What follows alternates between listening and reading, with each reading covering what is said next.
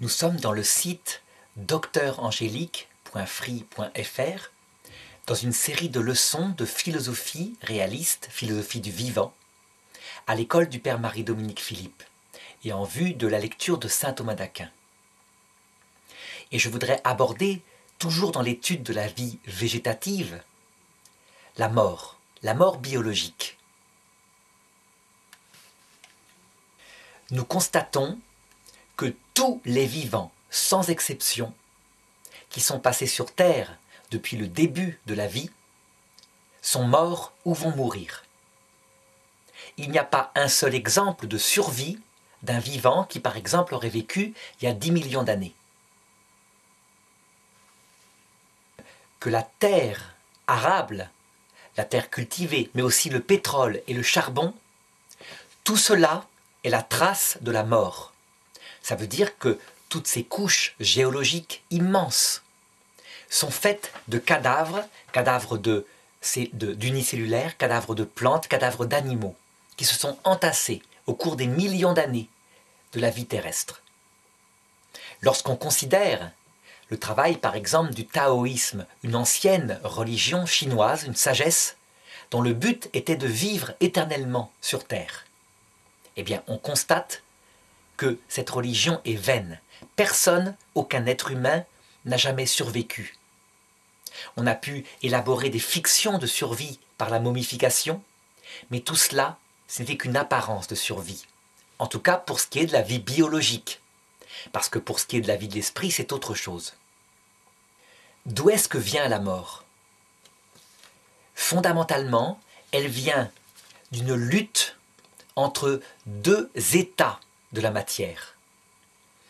La matière qui constitue toute la vie biologique qui nous entoure est une matière qui se retrouve sur toutes les planètes, dans les galaxies, dans les étoiles. C'est la matière atomique telle qu'on la connaît, composée avec le tableau de Mendeleïev, du carbone, de l'hydrogène, de l'oxygène, qui se structure elle-même en molécules. Cet ordre-là, qui est un ordre non vivant, qu'on peut étudier en physique, se structure naturellement dans des molécules qui ne sont pas excessivement complexes. Dans les roches terrestres, par exemple, à part les cristaux, qui eux sont des constructions particulières et qui peuvent impliquer des centaines de milliards d'atomes. Mais en ce qui concerne les molécules complexes, comme par exemple le clinochlore, une roche particulière, eh bien la molécule qui compose naturellement cette roche fait maximum 120 atomes. Et elle est tellement complexe qu'elle est extrêmement fragile, si bien que quand du clinochlore apparaît à l'air et l'oxydation a une telle influence qu'elle se met à fumer parce qu'elle se décompose aussitôt. Une molécule, par exemple comme le gaz carbonique, le CO2, qui implique 3 atomes, est extrêmement solide, elle. Parce que justement, les liens entre les 3 atomes étant peu nombreux, eh bien ça permet une stabilité de la matière. En comparaison, l'ordre de la vie biologique n'a rien à voir avec cela. Et je dirais même, lorsqu'on regarde la loi naturelle du monde minéral, du monde non vivant plutôt, du monde organique fait de carbone, je dirais même que la loi de la matière vivante lui est comme opposée, radicalement. Au point qu'on peut se demander d'ailleurs comment on est passé du monde non vivant au premier vivant, tellement il y a un saut d'organisation différent. J'avais pris une analogie dans une autre leçon, mais je peux la reprendre ici. On peut dire que le monde non vivant, c'est un petit peu comme un tas de cailloux. C'est stable, c'est petit, ça tient. Un tas de cailloux, il a un certain ordre. Par exemple, les anciens Égyptiens avaient constaté que le sable, lorsqu'il se mettait en tas, faisait naturellement toujours la même pente, le même angle par rapport au sol. Eh bien, ils comprirent que leurs pyramides, ils devaient les construire avec cet angle-là, qui était le plus stable possible pour un tas. Et leurs constructions, qui ont survécu jusqu'à maintenant, les pyramides, sont un tas élaboré. On pourrait comparer la vie, au contraire, à l'ordre qui règne dans une cathédrale gothique. À savoir qu'il y a des pierres qui sont comme une dentelle extrêmement fine. Il y a plus de verre que de pierre. Et tout cela, ça tient avec des formes extrêmement organisées. C'est bien sûr une analogie. Une analogie, c'est d'abord quelque chose qui est différent. Et pourtant, il y a quelque chose de commun. Ce qu'il y a de commun dans les êtres vivants, c'est que la structure de leur ADN, mais aussi de leurs protéines, de ce corps qui compose les êtres vivants, est une structure extrêmement élaborée, avec une précision incroyable. Je dirais que la comparaison avec une cathédrale, elle est bien pauvre. Il faudrait plutôt comparer ça au plus performant des ordinateurs modernes. Et encore, un ordinateur moderne est bien plus simple, bien moins complexe que le plus simple des vivants, parce qu'aucun ordinateur jusqu'à maintenant ne peut se reproduire tout seul et trouver sa nourriture toute seule dans la nature. Il n'a pas les facultés vitales assez développées pour le faire. La comparaison avec un ordinateur, elle pèche par certains aspects, parce que l'ordinateur, lui, il est fait de matière stable, qui tient comme ça, qui ne se décompose pas. Alors que le vivant, lui, il est fait d'une matière qui, par elle-même, ne peut être que vivante. Et si elle n'est pas vivante, aussitôt, sa tendance sera de retourner à son état naturel, à savoir des molécules simples, comme le CO2, H2O, etc. C'est le processus de décomposition. Donc le cadavre qui se décompose, c'est simplement une matière extrêmement organisée, mais tellement organisée qu'elle ne peut pas tenir sans être vivante en même temps, à moins de lui donner un principe d'ordre extérieur, comme par exemple la congélation ou la momification. Mais ça, c'est quelque chose qui n'est pas vivant. La congélation, par exemple, c'est l'apparence d'une survie de l'ordre, parce que lorsqu'on regarde au niveau microscopique, par exemple pour un cerveau humain, il y a certains hommes qui se font congeler la tête en espérant un jour être ressuscités. En réalité, les microcristaux d'eau qui se sont formés au niveau de chaque cellule ont percé chaque cellule. Et c'est un peu le même effet que pour une tomate qu'on aurait mis au congélateur et qui, en la sortant, est toute molle, parce qu'en fait, sa structure est radicalement changée et détruite. Donc il y a une lutte à mort, on pourrait dire, sans jeu de mots, entre ces deux ordres radicalement différents. L'ordre du monde non vivant, stable, comme un tas, et l'ordre du monde vivant, vertigineux, comme une cathédrale. Et de même qu'une cathédrale a tendance, avec les années, à se transformer en un tas de pierres, si on ne l'entretient pas, si on ne lutte pas contre l'érosion de chaque pierre, si on ne refait pas parfois les sculptures une à une, et bien de même pour le vivant. Et donc il y a tout un mécanisme de réparation dans tous les vivants, qui est lié à ce qu'on a vu dans la leçon précédente, par exemple les systèmes immunitaires, mais aussi les systèmes de réparation des erreurs de duplication de l'ADN, certains systèmes qui luttent contre les erreurs qui donnent des cancers, donc une multiplication anarchique de cellules là où elles ne devraient pas être. Eh bien tout ce système de réparation arrive, tant bien que mal, et plutôt mieux quand on est jeune que quand on est vieux, à rétablir l'ordre total du vivant pour qu'il ne retourne pas trop vite à l'état de non-vivant. Ce poids de la matière non-vivante est tellement lourd que tôt ou tard, il finit par vaincre l'ordre de la vie. Et donc il faudra se demander tout à l'heure si la mort est naturelle ou si elle est contre nature par rapport au vivant. Donc on le verra, c'est un problème finalement assez complexe. Avant de traiter de ce sujet, je dois aborder les différentes causes qui peuvent provoquer la mort d'un vivant biologique. Et elles sont nombreuses. Il y en a certaines qui sont internes, immanentes au vivant. C'est que dans son organisme lui-même, il y a des désordres qui peuvent apparaître spontanément.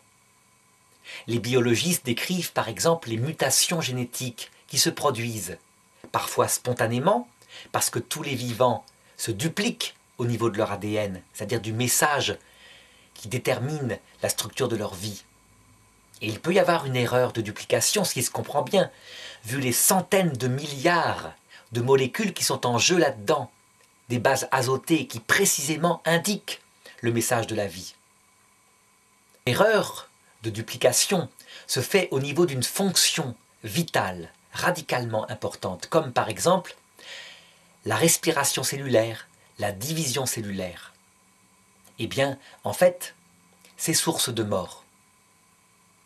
Lorsque par contre l'erreur de duplication se fait sur quelque chose qui n'est pas utile instantanément, comme par exemple sur une partie qui coderait les antiviraux, c'est-à-dire la protection contre les attaques des virus, des bactéries, eh bien le vivant peut très bien ne pas s'en rendre compte.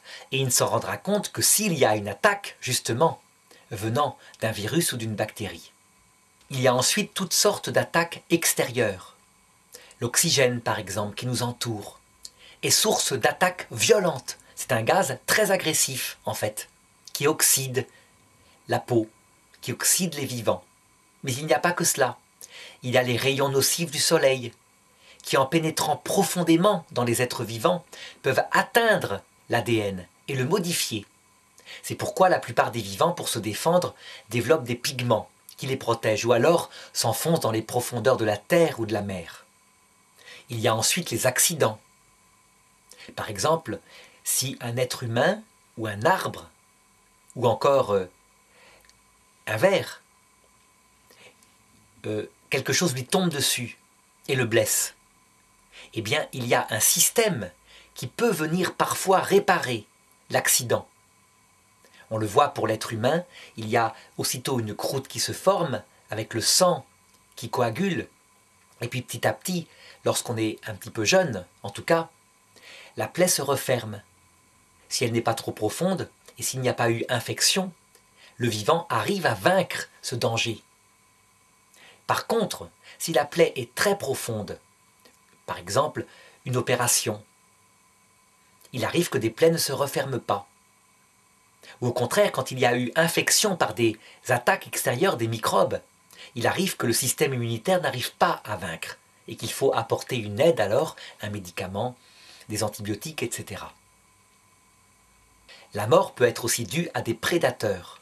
Et là, on le voit, la nature a doté les animaux, les plantes et même les hommes d'une espèce d'instinct de survie qui fait qu'on se met à fuir le prédateur. Les plantes, comment fuient-elles le prédateur? Elles ne le fuient pas toutes. Mais certaines, malgré tout, de manière inconsciente, développent des défenses. Les cactus, ce seront les épines. Les acacias, je l'avais cité dans une autre leçon, développent des signaux chimiques. Quand un animal vient brouter un acacia, aussitôt, des cils sont bougés sur les feuilles de l'arbre, qui provoquent une réaction chimique, qui provoque la montée de toxines très amères, des tanins.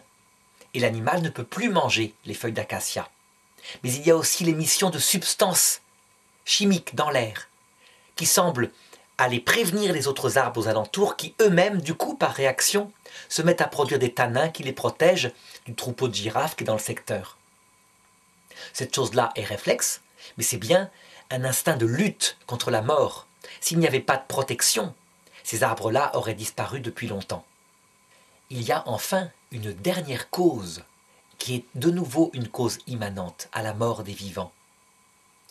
À savoir que dans l'ADN, on le constate maintenant, il y a une programmation à une certaine durée et chaque espèce possède sa durée.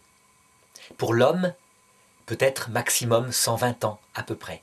En tout cas, c'est le record d'une femme en France, il y a quelques années. Et c'est le chiffre que donne aussi la Bible. Ta vie ne sera plus que de 120 ans. Très peu d'hommes vivent jusqu'à cet âge-là, parce que les autres critères que j'ai indiqués tout à l'heure viennent attaquer la vie biologique de l'homme. Et donc la plupart des hommes actuellement vivent autour de 80-90 ans. Cette programmation génétique à la mort des individus, on dit qu'elle est située dans l'ADN. Certains scientifiques disent que c'est même visible au niveau de ce qu'on appelle la queue des chromosomes, ce qu'ils appellent les télomères. À savoir qu'à chaque division cellulaire, il y a une petite répétition de messages génétiques qui disparaît et qui fait qu'au bout d'un certain temps, eh bien, il n'y a plus de division cellulaire. Certains prétendent qu'en rajoutant des télomères au niveau de la conception d'un enfant ou d'un animal, on pourrait obtenir une prolongation de la vie en pleine jeunesse. donc par exemple 500, 600 ans, en étant jeune, puisque la division cellulaire se faisant de manière accélérée, eh bien, il y aurait renouvellement des organes et non vieillissement. Cependant, certains disent que ce serait source de cancer. En tout cas, la recherche au niveau de la biologie de la mort indique qu'il y a une programmation génétique chez tous les vivants biologiques à la mort. Ceci ayant été dit, donc la plupart des causes de la mort ayant été citées, je peux donc maintenant aborder la question: est-ce que la mort est naturelle à l'être vivant? Eh bien, je répondrai que, en un sens, elle est contre nature. Elle est contre nature parce que, pour le vivant individuel, qui est lié à un instinct de survie, mourir est une destruction de son ordre individuel. Et donc c'est quelque chose qui est un mal, une perte d'ordre, c'est donc une perte d'une perfection qui est naturelle au vivant, et donc c'est pour lui un mal. C'est pourquoi on le constate chez les individus qui ont développé une certaine conscience, les animaux, et surtout les hommes. Lorsque la mort est là, on en a peur. On n'aime pas être débarrassé de son corps, on n'aime pas perdre cette perfection. Cependant, ce que je viens de dire indique que ma réponse n'est pas suffisante. Si la mort est totalement contre nature, comment expliquer que la nature même programme la mort, et donc qu'elle soit indiquée dans l'ADN comme je l'ai raconté précédemment? Eh bien, en fait, cette mort individuelle est naturelle, mais je pense qu'on peut dire qu'elle est au service d'un instinct beaucoup plus profond que la survie de l'individu biologique. Elle est au service de la survie de l'espèce. Et donc la mort des individus ne serait pas naturelle aux individus, mais serait naturelle à l'espèce, ce qui paraît un peu contradictoire.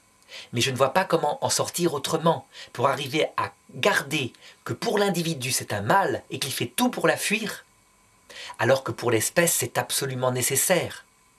Parce que si la mort n'intervient pas pour faire de la place sur Terre, pour faire disparaître des individus qui ont vécu leur vie, alors les jeunes et la nouveauté de la vie ne peut pas arriver. Elle n'a plus de place. Et en plus, pour le bien de l'espèce, qui, on le verra un peu plus tard, ne cesse d'évoluer lentement, d'améliorer ses performances, il y aurait là la fin de l'évolution pour un monde stérilisé, autour de vieux, stables, immortels, mais qui ne bougent plus. Donc pour moi, il y a une double logique au niveau de la mort individuelle. La logique de la survie de l'individu, cet instinct premier et radical que j'ai indiqué précédemment. Et deuxièmement, au niveau de la survie de l'espèce. Donc quelque chose qui peut être contre nature pour l'individu pourrait être naturel en fonction d'un autre instinct qui est la survie de l'espèce. D'ailleurs, on le voit un petit peu chez les animaux supérieurs qui, eux, exercent leur instinct de survie et l'instinct de survie de l'espèce de manière plus consciente. Par exemple, on raconte l'histoire de ces renards. La renarde était dans le terrier avec les petits. Ils s'en occupaient. Et voilà qu'une chasse est organisée. Et le renard, qui est là dans le secteur, constate que la chasse s'approche trop du terrier. Alors qu'est-ce qu'il fait? Il se montre ostensiblement, assez loin tout de même. Il ne faut pas se suicider. Mais il se montre, et les chiens, voyant ce renard, lâchent la piste qu'il flairait pour le suivre à l'œil. Et lui, à ce moment-là, se sauve. Mais se sauve pas trop vite, de manière à ne pas semer les chiens, mais se sauve tout de même. Et quand il estime qu'il est arrivé assez loin pour éloigner les chiens de la piste du terrier, alors il se sauve vraiment. Et son instinct de survie individuelle devient premier. Qu'est-ce qui fait que ce renard a pu mettre sa vie en danger? Eh bien, c'est un instinct supérieur à sa survie individuelle. La survie de sa famille, de son groupe, de ses petits, et donc la survie de son espèce. On voit la même chose instinctivement dans l'être humain. Et aussi, on le voit de manière choisie. Par exemple, lorsque les hommes partirent à la guerre, en 1914 dans les tranchées. En réalité, la plupart ne partaient pas pour la patrie, donc pour une abstraction. S'ils se battaient et s'ils restaient sur place, quitte à se faire tuer, c'est qu'ils se battaient pour leurs femmes, pour leurs enfants restés au village, pour leur village, pour ceux qu'ils aimaient. Ils se battaient aussi pour leurs camarades. Donc il y avait, dans leur action, un mélange entre la survie de ce qui est le plus important pour un être humain, sa famille, donc la survie de son espèce, on pourrait dire cela. Et ça, c'est fondé sur cet instinct animal que nous avons tous en nous. Mais aussi un mélange avec un amour spirituel, non seulement pour sa famille, mais aussi pour ses camarades de combat, quitte à donner sa vie pour eux dans certains cas. Lorsqu'on voyait par exemple des soldats qui allaient chercher un camarade dans le No Man's Land, un camarade blessé, pour le ramener dans les lignes, et qui risquaient de se faire tuer par la même occasion. Donc on le voit, chez l'être humain, les choses sont encore plus complexes que ce que j'ai décrit chez l'animal. Et si je décris encore un peu plus certains comportements animaux, je verrai que certains animaux, parfois, décident de sacrifier leurs petits pour sauver leur propre vie. Parce que sans doute la nature leur dit que s'ils viennent à mourir eux-mêmes, de toute façon les petits mourront. Et donc autant faire survivre, chercher le moindre mal en cas d'agression d'un prédateur. Donc les choses sont assez souples, mais on le voit dans tous les cas, l'instinct de survie de l'espèce semble plus important que l'instinct de survie de l'animal, et c'est une chose qu'on repère au niveau de la vie végétative en analysant si la mort est naturelle.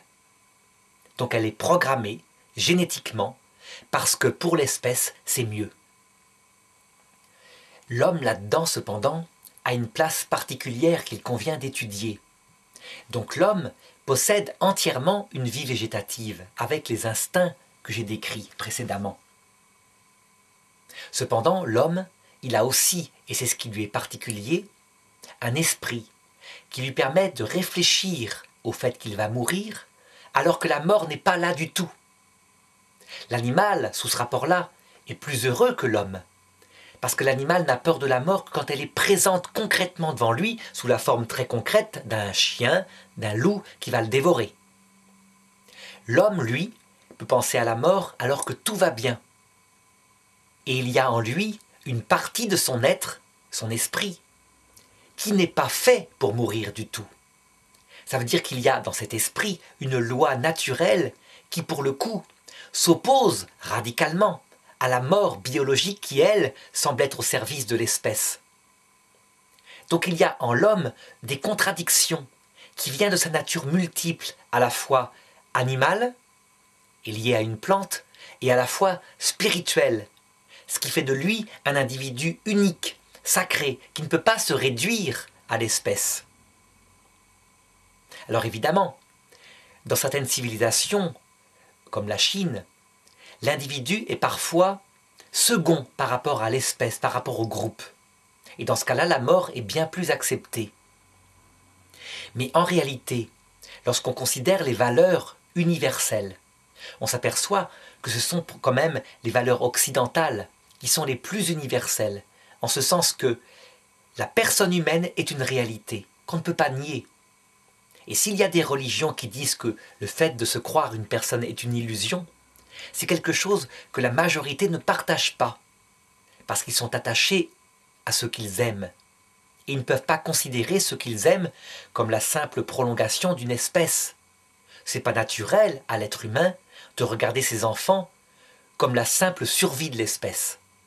Il les regarde comme des personnes uniques qu'il aime, avec qui il peut avoir des conversations. Et donc, on voit que pour l'homme, il faut parler encore différemment. Pour l'homme, je dirais que par rapport au corps individuel, la mort est donc naturelle. Elle est programmée biologiquement, comme pour les animaux, comme pour les plantes, et donc c'est une programmation maximum à 120 ans. Cette mort est naturelle en vue de la survie de l'espèce humaine, parce qu'il faut faire de la place sur Terre, parce que les jeunes doivent prendre la place des vieux, etc. pour l'individu biologique, indépendamment maintenant de l'espèce, la mort de l'homme est contre nature, comme elle est contre nature pour un arbre, pour un loup.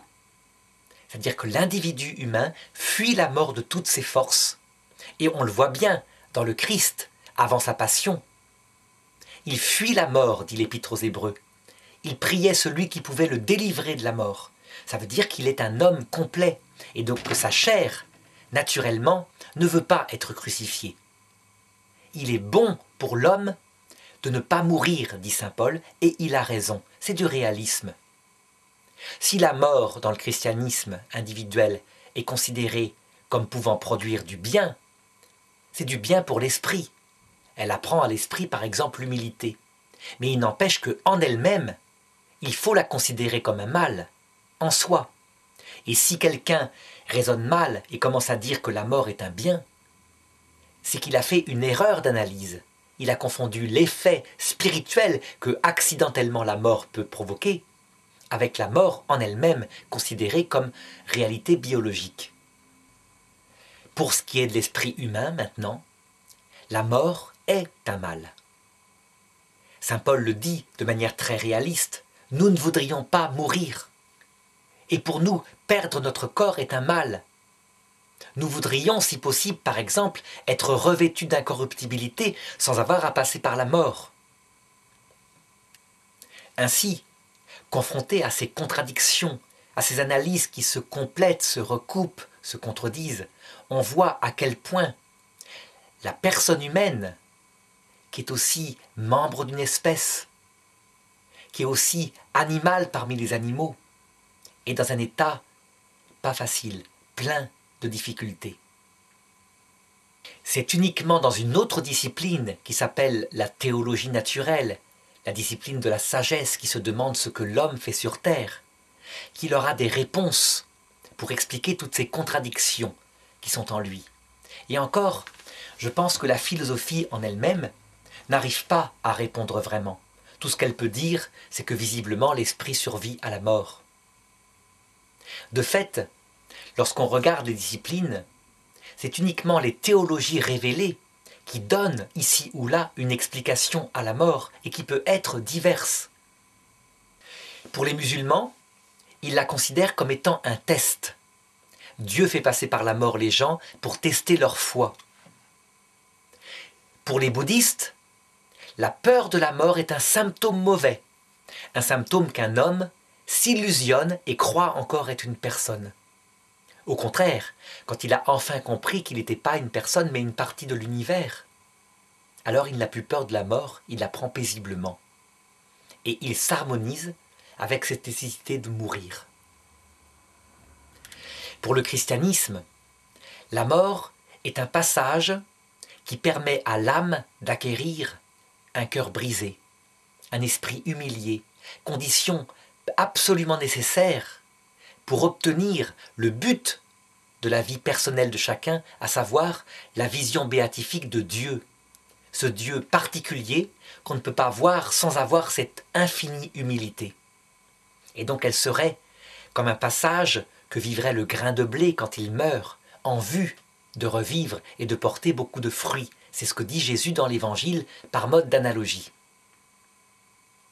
Cependant, toutes ces opinions parce que pour le philosophe, il n'a aucun moyen de vérifier leur véracité.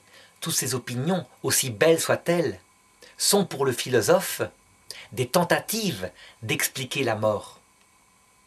Certains autres philosophes, plutôt certains autres sages, avaient l'opinion que l'homme était simplement un animal raté et que sa conscience spirituelle, sortie de l'évolution, avait comme propriété, parce qu'on ne fait pas d'omelette sans casser des œufs, de se rendre compte qu'il allait mourir.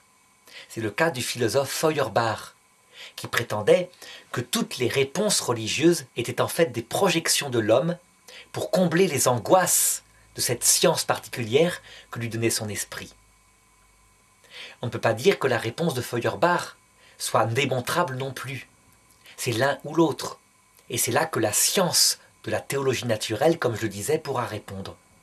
Soit l'homme est un animal raté, et il projette la religion dans son esprit pour soulager ses angoisses, soit au contraire, l'homme est créé par Dieu, et dans ce cas-là, ses angoisses viennent du fait qu'il n'a pas encore atteint la fin pour laquelle il est fait. Et la terre est une épreuve, dans ce cas-là, passagère.